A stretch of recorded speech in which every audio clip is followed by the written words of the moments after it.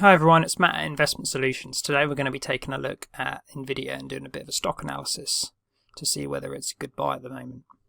Nvidia is a company that I first became interested in around 10 years ago when I was building my first gaming computer back in the winter of 2007.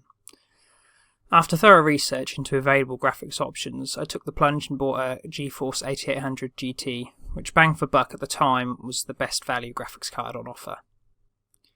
Despite starting with their main focus being on graphics cards, Nvidia has now grown into a much more diverse company, being involved in the AI, virtual reality and high-performance computing markets, all key sectors for the future and likely to be experiencing high growth in the next 10 to 20 years.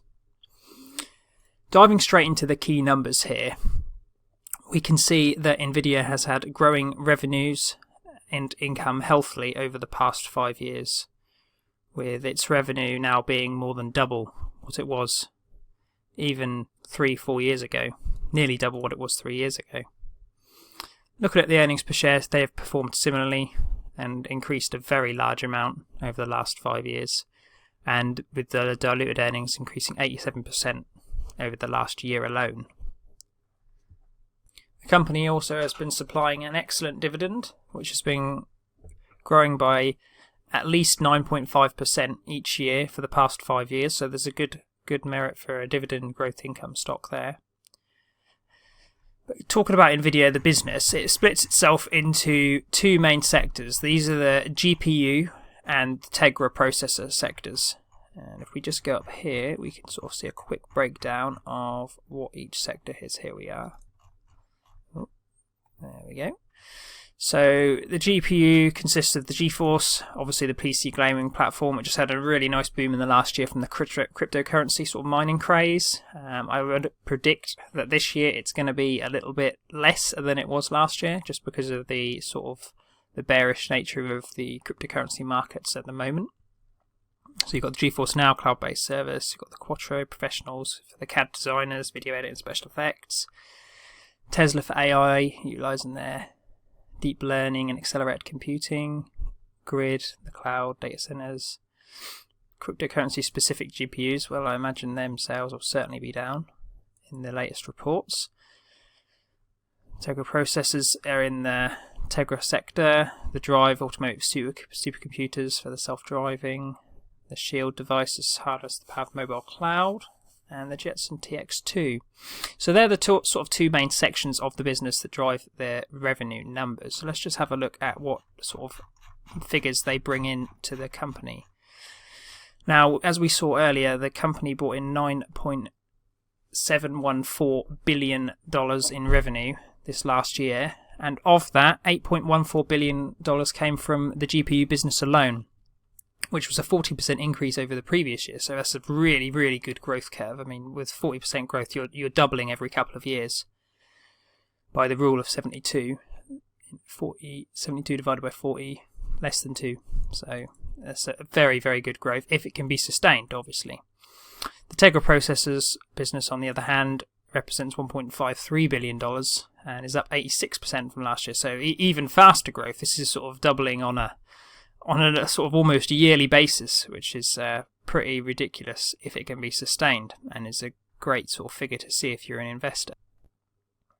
So we can see that Nvidia performed extremely well over the past 5 years.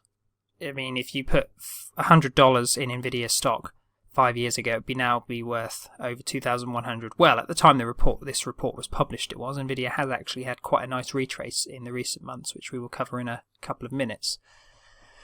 But we need to look at the key risk factors for the business. Obviously, all businesses have risk. Nvidia has a great moat. Their main competitor, AMD, is struggling to make a profit year on year. I mean, I have got a report file just here. You can see the past sort of 5 years, they've been making losses in the millions, which is unfortunate, really. Years ago, Nvidia and AMD used to have quite a close sort of battle, and occasionally AMD would come out on top in terms of value. Particularly at the time where I was building my computer, AMD graphics chips tended to be slightly cheaper, they'd perform slightly worse, and they'd draw slightly more power, but there was good merit for them in the budget builds. But anyway, onto the risks for Nvidia. Key risks obviously being, they fail to meet the market expectations. Their new product cannot significantly outperform the previous product. Perhaps their engineers can no longer deliver significant gains from the sort of technology that they have available to them. And you can see the sheer amount of performance difference in their previous generations just looking from here. This is the previous 6 generations of Nvidia sort of GPUs, going from the top tier GTX 480s all the way to the GTX 1080. So if we look down here for the game Crysis 3, which I'm sure anyone who's a computer gamer has heard of before, you can see that compared to the 486 sort of generations ago, the performance is up sort of 300% higher now, which is pretty ridiculous. And that is on the low sort of CPU limited resolution, whereas if you look at the higher resolutions, the performance is up possibly up to sort of 7 times. So it's a really big increase, but obviously gamers and performance enthusiasts are going to expect increases like this going forward into the future, which sets the bar high for Nvidia in terms of their innovation. Another huge risk is security. If there's a design flaw with the Nvidia microchips, which are extremely complex, or perhaps a fault, then they may have to do a large recall that could cost the company a very significant amount of money. Sort of think along the lines of perhaps the Volkswagen scandal. They're doing a massive recall on a load of products, fixing them and then shipping out new products. Although it's very difficult to fix a faulty GPU because of their complexity, so they would probably have to be scrapped and then rebuilt and new chips issued. So that is obviously a pretty large risk with the company.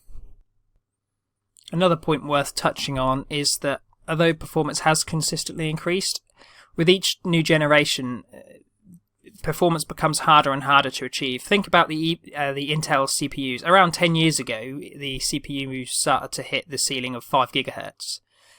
And we haven't actually gone past that yet. We've just started to increase core count. A similar sort of thing applies with the graphics cards. The actual core gigahertz chip clock is not really increasing significantly. We're just increasing more processors and we're going more parallel, but there's going to become a point where you're going to get diminishing returns from going more and more processor cores on the chip. So that's something worth considering moving forward.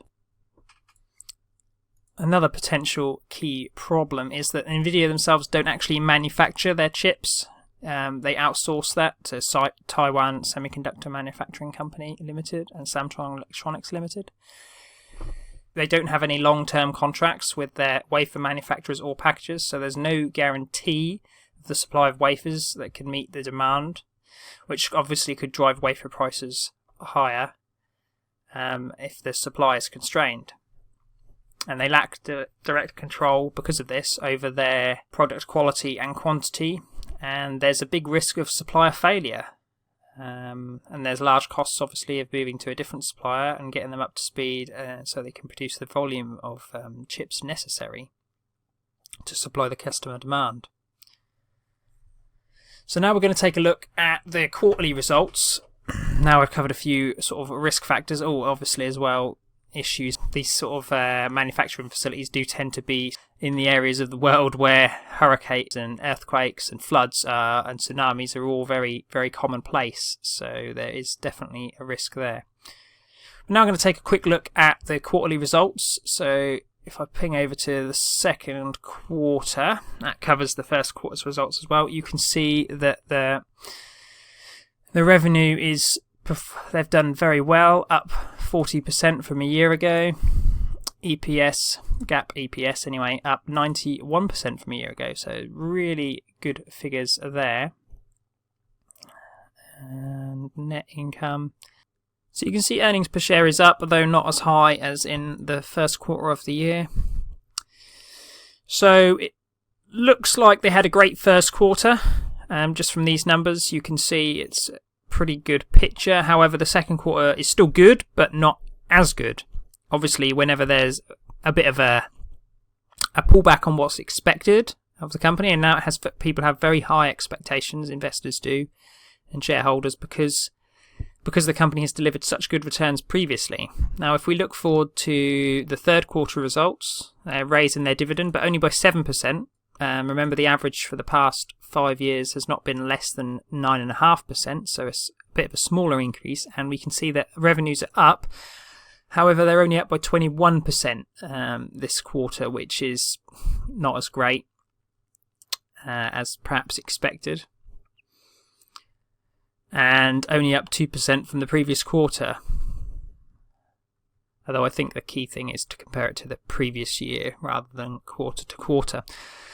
They said that in their investor call that the cryptocurrency decline has affected them quite a bit, and demand has dropped off, particularly for their crypto mining specific GPUs. So although their numbers have been good this year, they haven't been quite as strong as they were last year. And also their forward-looking statement for Q4 is not looking to be as strong as investors were hoping, and they are going to be down on the revenues for this next quarter. But we are comparing it to an extremely good year, which was the financial year 2018. And this, I would attribute a lot of it to the crypto mining craze and everyone and their mother setting up a mining operation in their basement. This meant GPUs were hard to come by and all the stocks were selling like hotcakes. I mean, it was a nightmare for PC gamers the previous year because it was just so hard to get hold of a GPU, and even if you could find one, it was never going to be at a reasonable price. So it's sort of a bit of a relief for them. So we've had a look through all the recent numbers, and although it's not as bright going forward, this perhaps will bring the value of the share down. So perhaps into a better position. So taking a look at Nvidia's share price from a technical perspective, we can see that it has performed very well over the sort of past 3 years, in particular, sort of probably starting at the end of 2015 and start of 2016, and the price has more than 10x'd in that time. Up until its peak. However, it has now had quite a significant retrace, and this could provide an excellent entry opportunity for potential investors. So if we take a quick look and pop in some markers on here, so we can see there's a pretty good support level around the $94, $95 region. We can see potential support around the 120 and also around about 170. So, and we can see this is a large retrace, so what we will do is take a quick fib of the previous trend and up to there. So we can see this is pretty much a textbook 88% retrace down to the 0.886 fib there. And from there we have had a little bit of a bounce, and that has taken us until the previous support turned resistance and the sort of fib point of 0.236, at which point it has retraced again, and we are now sort of sitting in the $146, $147 region. Now at this price point, Nvidia has a PE of approximately 19.64, which is a really good value sort of level for a stock with the kind of growth figures that Nvidia has had. However, we mustn't look at it with rose-tinted glasses from the last year, because last year was exceptional. Previous years have been great, but not quite on the level of last year, with sort of 40 to 80% growth figures for certain sectors of the business, which is obviously crazy. And we know ahead that Q4 results are not going to be as strong as the analysts were predicting, so this could bring about more of a retrace, particularly if they don't hit the figures that they've given as their levels for what they expect, Nvidia themselves. We can also see that at the moment the markets are on a bit of a slump. You can see pretty much every stock is down a lot at the moment. Amazon, Netflix all have had a large retrace. Facebook as well. Yeah, you can see Dow Jones Industrial Average, quite a large drop. S&P 500, even the UK FTSE 100 has dropped quite a bit. So at the moment, I think it's a great point for a long-term entry. Nvidia are involved in a lot of key markets, particularly the AI and virtual reality, as well as the automotive car, sort of self-driving car area. If this becomes a huge industry and everyone has a self-driving car, obviously that is going to be great news if they're all Nvidia chips inside them for the company and investors alike.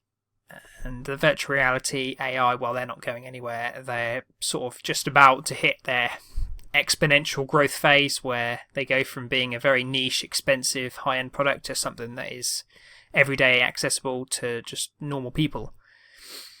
So long term, this is a great sort of entry point. However, given the current climate, and the potential of having perhaps not great results in the next sort of quarter, and if there's a possible miss, that'd be even better. The lull in the cryptocurrencies obviously affected their mining and GPU sales. I think if we have a miss, we could expect a drop. And just based on technical sort of analysis, we are looking at potentially as low as the $120 area, and maybe even as low as the $95 area. I don't expect it to go this low, but if we could see maybe 120 to 130, that would be a really great position for a long-term entry at this point. Right now, still great. If you're holding for 5-10 years, I don't think you're going to be disappointed with this stock. If you're buying it and you're hoping to make a profit in the next 6 months, well, perhaps now is not quite the right time despite its massive retrace already. So I hope you found this analysis useful. I'm going to wrap up the video there. If you liked the video, please hit that like button. If you want to hear more, give the channel a subscribe and hit the bell icon below to get an alert when we upload our next video. This episode has been brought to you by Matt at Investment Solutions. I hope you have a great day.